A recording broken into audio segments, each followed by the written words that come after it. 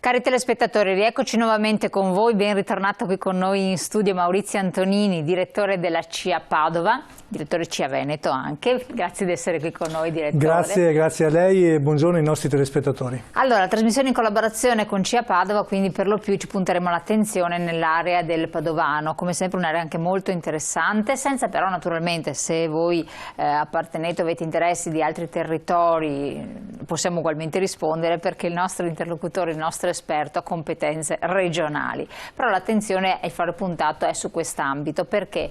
Perché ci sono dei dati tratti da Ismea, da questo istituto di ricerca, che finalmente ci fanno un po' sorridere, ci fanno tranquillizzare, perché sono dei segnali positivi, segnali di ripartenza di un settore agroalimentare e quindi del settore agricolo che ci attendevamo, direttore, che si aspettava anche con un certo ansia. Perché? Perché non è andato tutto bene come doveva essere. Cosa si sta verificando? Cosa è successo fino alle chiusure?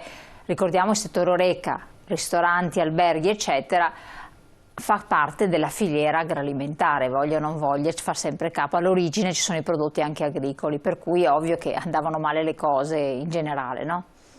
Sicuramente con la chiusura dell'Horeca e quindi hotel, ristoranti ed altro è andato in crisi anche un settore, il settore agricolo, per la produzione e la vendita di prodotti di qualità in cui queste attività venivano vendute. Oggi l'Istat, l'Istituto appunto di Statistica, dà dei dati confortanti. Oggi il settore primario è in crescita, più un 25% soprattutto su molti prodotti agricoli, ma soprattutto l'Istat ci dice: guardate che i consumatori vanno sempre più alla ricerca di prodotti di qualità, i prodotti italiani e i prodotti veneti, e quindi questo è un altro elemento importante che valorizza un territorio e valorizza i nostri agricoltori per il proprio impegno. Cos'è un cambio di scelte, di tendenze, oppure si è risparmiato da altre parti, quindi le persone possono finalmente anche permettersi di spendere un po' di più nella qualità del prodotto del territorio? Guardi, secondo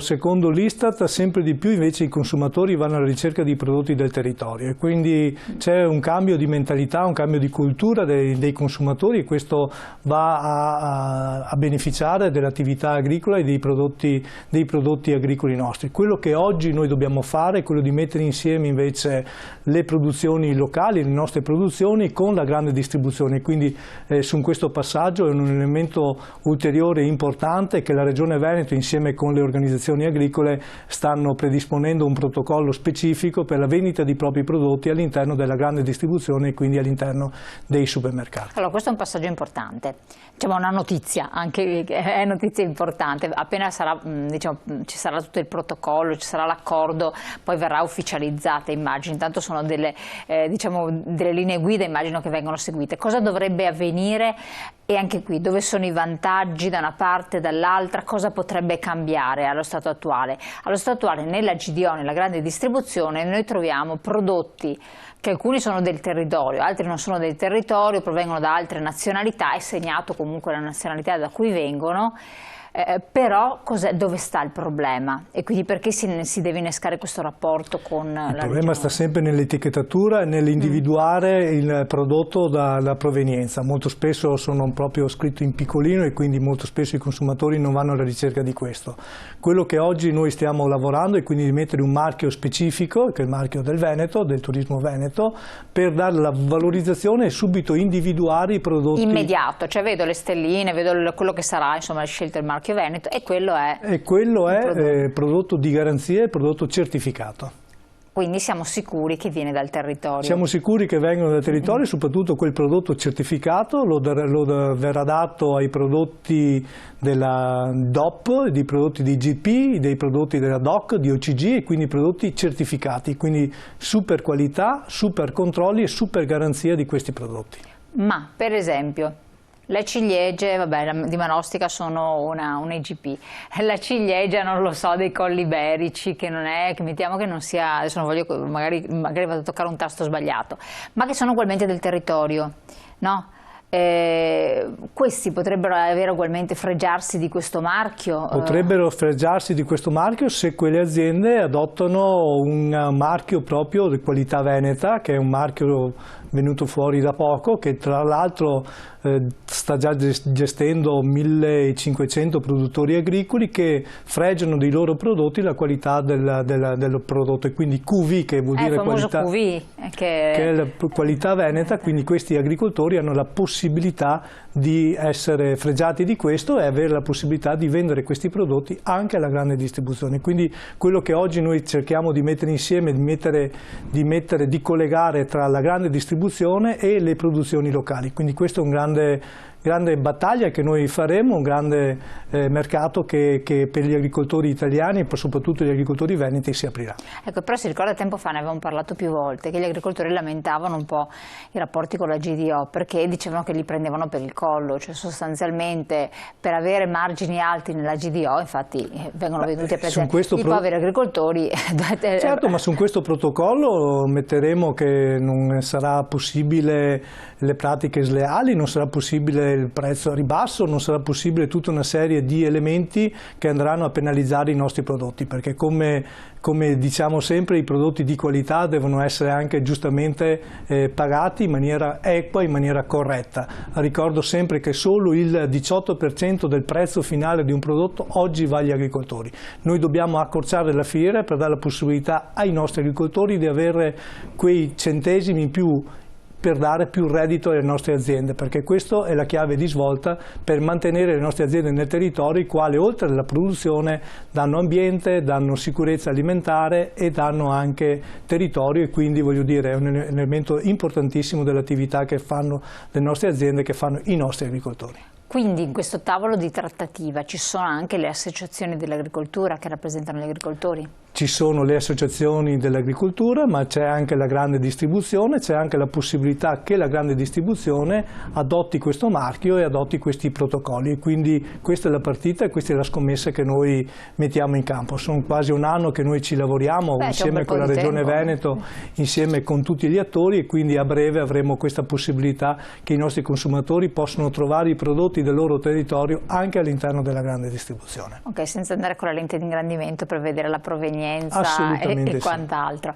A questo proposito però ci sono dei nostri prodotti che sono svantaggiati, abbiamo visto un po' le polemiche che si sono accese adesso anche in Consiglio regionale per il discorso della ciliegia, no? Che i nostri prodotti non devono avere fitofarmaci o trattamenti particolarmente impattanti per la salute dell'uomo. All'estero invece non è così, quindi alcuni prodotti si ammalano e di conseguenza sono penalizzati, c'è un calo di produzione di alcune specie, facevo riferimento alla ciliegia, ma sembra non soltanto, sembra che sarà poi prossimo anche l'ondata del kiwi e poi le pere, le albicocche, una strage, rispetto a prodotti che arriveranno dalla Spagna o da altri paesi dove questi trattamenti invece passano sostanzialmente. Ma guardi, qui alcuni si sono lamentati, alcuni agricoltori. Guardi, qui bisogna fare una chiarezza importante. Noi siamo all'interno, per quanto riguarda l'agroalimentare, all'interno della Comunità Europea. Le regole valgono per tutti, valgono dalla Spagna, valgono per l'Italia, valgono per tutti quelli che oggi lavorano all'interno della Comunità Europea. Quindi se ci sono dei produttori di ciliegie della Spagna che utilizzano fitofarmaci non regolari, quindi devono essere bloccati, ma il blocco viene nei controlli, perché questo è l'altro elemento importante. Le nostre aziende sono sotto controllo, le aziende italiane sono sotto controllo, devono essere controllate anche i prodotti che vengono dall'estero, ma io penso che questo venga fatto e quindi diamo sicurezza anche ai nostri consumatori che i prodotti che vengono dall'estero sono controllati e danno una loro caratteristica. Cosa diversa invece è fuori dall'Europa, perché fuori dall'Europa probabilmente molto spesso succede che molti prodotti che noi oggi abbiamo messo a bando, dei prodotti fitosanitari ed altro, vengono utilizzati, e quindi per questo devono essere ben valorizzate anche la provenienza dei prodotti agricoli in cui noi andiamo a comprare nei nostri Quindi si trovano lo stesso, possono trovarsi eccetera, sta al consumatore stare attento e fare dei distinguo, perché può rischiare, insomma, perché invece gli agricoltori nostrani chiederebbero di poter derogare a queste norme così restrittive e poter sanare da questi insetti anche i nostri prodotti con l'applicazione di ficofarmaci in deroga. Sì, guardi, ma nel momento in cui andiamo a utilizzare i fitofarmaci dobbiamo capire che ci sono anche le api che ci sono anche filiera, gli impollinatori, e quindi il problema dei fitofarmaci è un grosso problema, quindi la sostenibilità ambientale gli agricoltori la stanno adottando. Più del 40% negli ultimi 5 anni abbiamo ridotto l'utilizzo di fitofarmaci per valorizzare sempre più non solo il nostro prodotto, ma per valorizzare anche l'attività delle api, l'attività degli impollinatori, elemento determinante e importantissimo per un'agricoltura sostenibile, un'agricoltura sana. E quindi nel momento in cui si vanno a utilizzare questi prodotti fitosanitari dobbiamo molto stare attenti che impatto hanno nell'ambiente e che impatto hanno anche rispetto ad altri insetti utili per quanto riguarda l'agricoltura. Ci sono corsi di formazione che fanno comprendere bene questo agli agricoltori? Continuamente, noi stiamo continuando, non solo CIA, Confederazione Italiana degli Agricoltori, fa corsi professionali, anche le altre organizzazioni, ma anche la Regione Veneto all'interno dei piani di sviluppo regionale danno proprio indicazioni specifiche per quanto riguarda l'utilizzo e l'uso dei prodotti fitosanitari, e quindi questo deve essere certificato e i nostri produttori, i nostri agricoltori devono avere l'autorizzazione per l'utilizzo di questi prodotti, quindi corsi di formazione al 100%. Buongiorno, un messaggio. Ho letto del problema della ciliegia e dei moscerino, ma è nocivo per l'uomo? Grazie. Molto spesso questi prodotti non sono nocivi per l'uomo, ma sono nocivi all'ambiente e sono nocivi per gli insetti utili, e quindi per questo noi dobbiamo molto stare... rovinano la frutta, no? Deperisce rapidamente. Dobbiamo stare molto attenti nel loro utilizzo, e se sono messi a bando vuol dire che non devono essere utilizzati, quindi per questo motivo noi continuiamo il nostro Però lavoro. La frutta, qua diceva il messaggio, che è intaccata da questo moscerino, è frutta sana, insomma, se la mangia il moscerino. Assolutamente è frutta sana. Se noi mettiamo insieme un prodotto convenzionale in cui vengono utilizzati in maniera appropriata i prodotti fitosanitari e i prodotti biologici, vedremo che c'è una grossa differenza a volte nelle forme, nella bellezza del frutto, eccetera, ma il prodotto biologico è buono quanto quello convenzionale, e quello convenzionale è buono quanto quello biologico. Sicuramente ci sono due elementi e valori anche visivi a volte differenti, ma non dobbiamo sostare a questo, dobbiamo capire invece che ci sono i controlli, e quindi la salute e la solubilità dei prodotti che noi produciamo è un elemento determinante, e quindi questo è il valore aggiunto che noi mettiamo nei nostri prodotti. A volte dicevano, no, che quando un prodotto deperisce naturalmente, rapidamente, oppure ci sono animaletti che lo mangiano, dalle larve a quant'altro, vuol dire che è un prodotto buono. Sicuramente. Invece, se il prodotto dura una vita, bello integro, e non se lo vuole mangiare nessuno, aiuto, bisogna un po' stare attenti.